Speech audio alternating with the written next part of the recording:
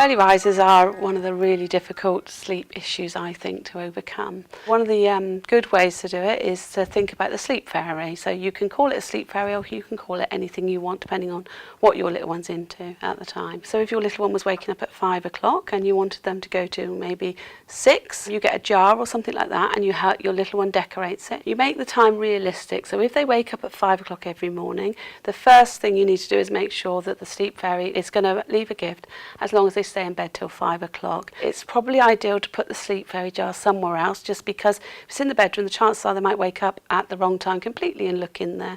So you're probably better off putting it in the kitchen. You could get a grow clock or you could get a timer onto a light. You also need to be able to get up at that time. So if it's 5 o'clock, then you need to be saying, yeah, that's great, you've done really well.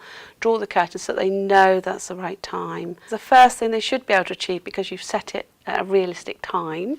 So as long as the little one achieves, then when they go down the morning, there'll be a little gift in there. And that could be anything. It depends on whatever your little one's into.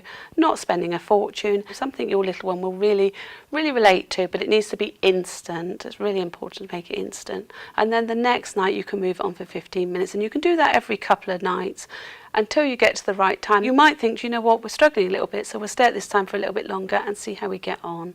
So I think the sleep fairy works really well. People I've worked with, sleep fairy is a great, huge success.